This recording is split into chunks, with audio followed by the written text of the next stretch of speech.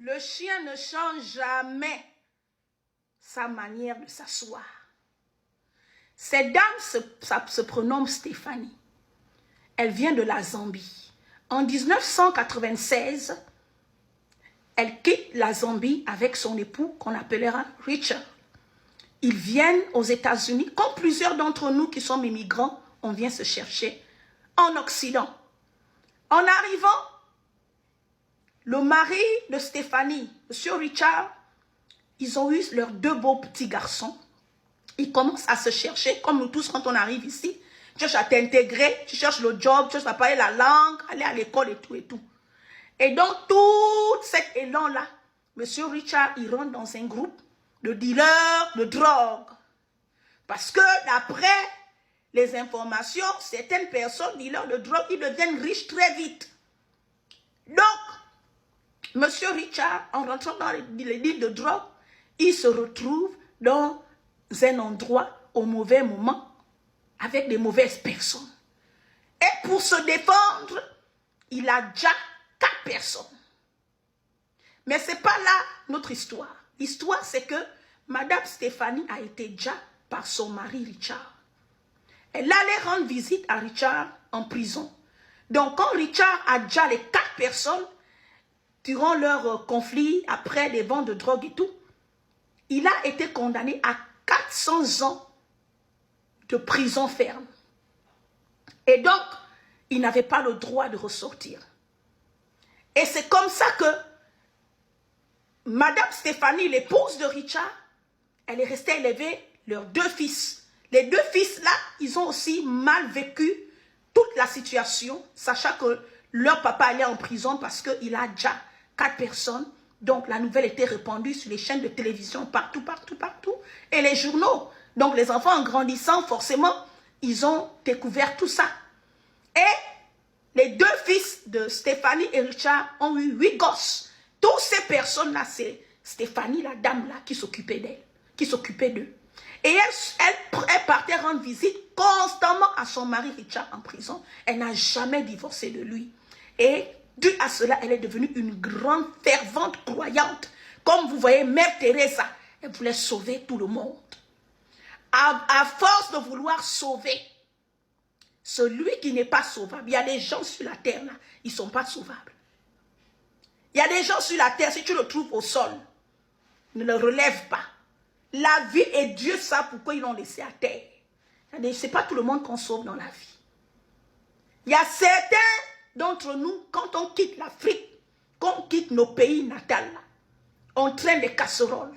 Et Richard, pour remonter l'histoire, lorsque Richard est très jeune, Richard battait déjà, il bastonnait Stéphanie, son épouse, lorsqu'ils étaient encore en Afrique.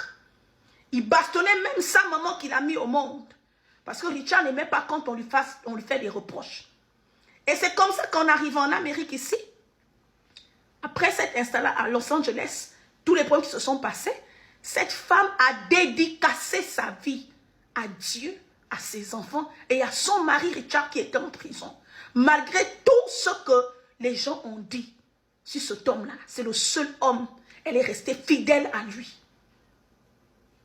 Mais Richard, lorsque Madame Stéphanie va en prison le rendre visite, l'année dernière, 2024, en novembre 2024, c'était la dernière visite qu'elle est allée rendre à son mari.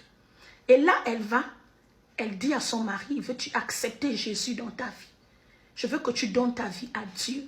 Malgré tout ce que tu as commis comme mal sur la terre, comme dégâts sur la terre, tu as même détruit ma vie, détruit la vie de tes enfants. La seule chose qui peut me permettre de réellement te pardonner, c'est que tu donnes ta vie à Jésus. Et Stéphanie avait sa Bible à la main. Vous deviez savoir que dans toutes les prisons du monde, du moins aux États-Unis, d'après ce que je lis sur Internet, il y a des séances de culte dans chaque prison. Donc, les dimanches, les prêtres ou les pasteurs vont prêcher dans les prisons. Donc, Madame Stéphanie pensait que les pasteurs là, ils ne jouaient pas bien leur rôle. Elle part maintenant pour prêcher son mari. C'est comme ça que M. Richard, il se lève. Vous savez, je vous ai dit, il y avait 2 chaises. Il y a 2 chaises. Donc, quand vous êtes un couple marié, si l'un des conjoints est en prison, vous avez droit à une visite privée. Donc, ils étaient dans une salle privée où il y avait 2 chaises. Elle pouvait quand même parler un peu de tout ce qu'elle vit avec les enfants et tout. Et aussi, pouvait un peu partager, voir un peu dans quelle mesure on peut envisager peut-être un appel et tout, et tout, et tout, et tout. Donc, on leur donnait souvent 30, on leur donne 30 à 40 minutes. C'est comme ça que Madame Stéphanie, dans les 30 à 40 minutes qu'on lui a donné, elle a commencé à prier pour son mari et à dire à son mari que donne ta vie à Jésus. Quand le mari a entendu, donne ta vie à Jésus, la colère de Richard est montée pour dire que ton Jésus, il était où? Depuis que ma vie a été gâchée, depuis que je suis sur cette terre, ton Jésus était où? C'est comme ça que Richard a soulevé la chaise. Coup sur la femme, coup sur la femme, coup sur la femme, coup. Le temps que la femme crie, les gars reviennent comme ça là. Les coups étaient tellement flagrants. Vous savez, quelqu'un qui a fait combien d'années en prison? En prison là-bas, il court, il soulève les choses lourdes. Donc il est devenu rude. Et gars, baraqué, on dit un robot. Donc quand il a mis juste un coup, coup, le temps que les gardes arrivent là-bas, la femme est déjà en sécope. Le temps qu'on l'amène à l'hôpital, il est trop tard. Elle a rendu l'âme en chemin. C'est quoi la morale de l'histoire de Madame Stéphanie? Moi, je dis souvent ceci. Oui, la parole de Dieu nous demande de prier pour notre prochain. Vous voyez, non? Mais sachez qu'on ne change pas un homme. Quand je dis l'homme avec grand H, ce n'est pas parce que tu vas prier pour ton mari, c'est parce que tu vas prier pour ta femme ou bien prier pour ton enfant que la personne va changer, non. La prière que tu fais pour un individu, quel qu'en soit vos liens familiaux, vos liens de relation, en fait, ça vient stabiliser et mettre de l'équilibre dans ta relation avec cette personne. Quand tu pries pour un homme, les femmes mariées, quand tu pries pour un homme, ça ne va pas l'empêcher d'être infidèle, menteur, ça ne va pas l'empêcher de te taper, non. Ça va venir améliorer et donner un certain équilibre dans votre relation de couple. D'accord? Vos relations humaines. Mais ça ne va pas faire que cette personne-là, si c'est un esprit négatif, si c'est une force négative, si c'est un démon qui le dérange, ça ne va pas le délivrer de ce démon-là.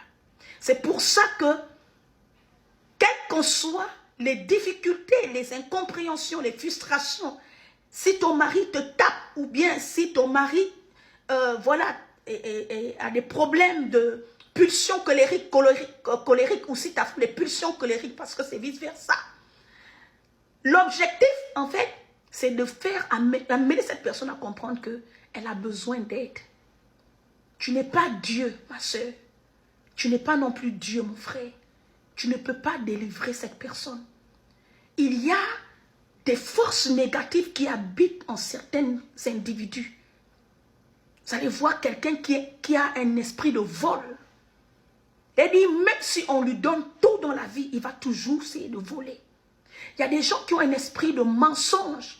Même quand il n'a pas besoin de mentir, la personne va mentir.